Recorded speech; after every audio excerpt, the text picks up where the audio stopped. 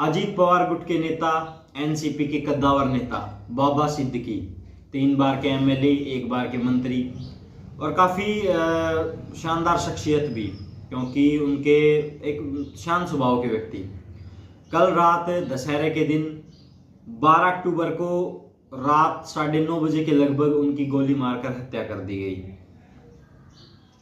अपनी range rover car में आगे की सीट पर बैठ रहे थे।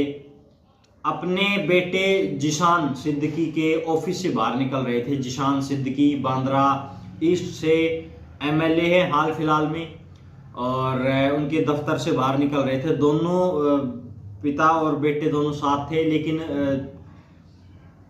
बाबा सिद्दीकी जो है बस कुछ समझ पाते उससे पहले ये हमला हो गया। जब जो शूटर आए थे उनको मारने के लिए, सबसे पहले उन्होंने एक धमाका किया।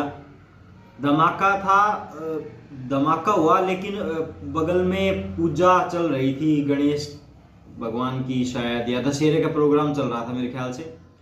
उसमें सोचा कि पटाखे चल रहे होंगे, लेकिन जब वो धमाका हुआ तो उसके बाद एक गैस निकली और लोग जो वहाँ पे मौजूद थे उनको कुछ दिखाई नहीं दिया, और उनके काफ़ी प्रशंसक वहाँ पे मौजूद थे और उनकी आंखें जलने लगी। कुछ लोग ये सब माजरा समझ पाते उससे पहले ही जो शूटर आए थे उन्होंने उन पर 3 शूटर आए थे, गोली चला दी, 5 राउंड फायर किए, जिसमें से 2 उनके छाती में लगी और 1 उनके पैर में।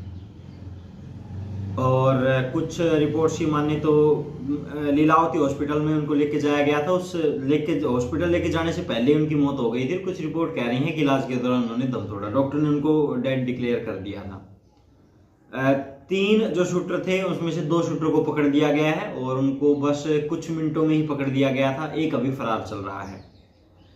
बाबा सिद्दीकी से मिलने के लिए, हॉस्पिटल में उनको देखने के लिए सबसे पहले सलमान खान, संजय दत्त और तमाम बहुत बड़े बड़े जो पर्सनैलिटी हैं बॉलीवुड की, वो उनसे मिलने पहुंचे।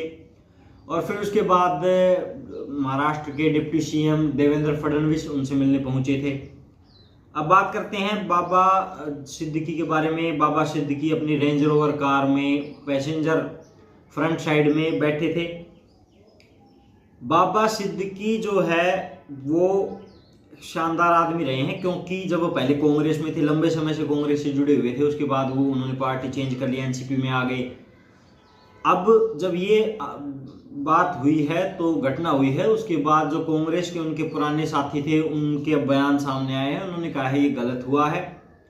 ऐसी पर्सनैलिटी जिसकी उनको लगता नहीं कि किसी के साथ दुश्मनी होगी, कोई ऐसा कर सकता है, वो सोच भी नहीं पा रहे हैं क्या हो गया है, क्योंकि वो वाकई में एक अच्छी शख्सियत हैं।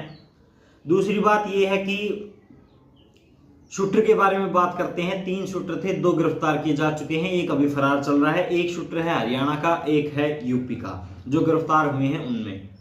और इसी घटनाक्रम के बाद एक बयान आया एकनाथ शिंदे जी का, जो महाराष्ट्र के सीएम हैं। उन्होंने कहा है कि सख्त से सख्त कार्रवाई की जाएगी, इसके पीछे किसका हाथ है, किसने ये करवाया है, जितने लोग शामिल हैं सबको जल्दी से जल्दी गिरफ्तार करने पर सख्त कार्रवाई करेंगे।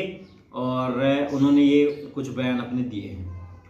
तो ये काफ़ी बुरी घटना है, और सलमान खान उनके काफ़ी करीबी, शाहरुख खान उनके काफ़ी करीबी दोस्त रहे हैं, और तमाम दिग्गज जो नेता हैं वो उनके अच्छे मित्र रहे हैं, उनके अच्छे साथी हैं, हालांकि राजनीति में जुड़े हुए हैं। तो ये काफ़ी दुख की बात है। और कुछ बाकी अब इस वीडियो में इतना ही। धन्यवाद।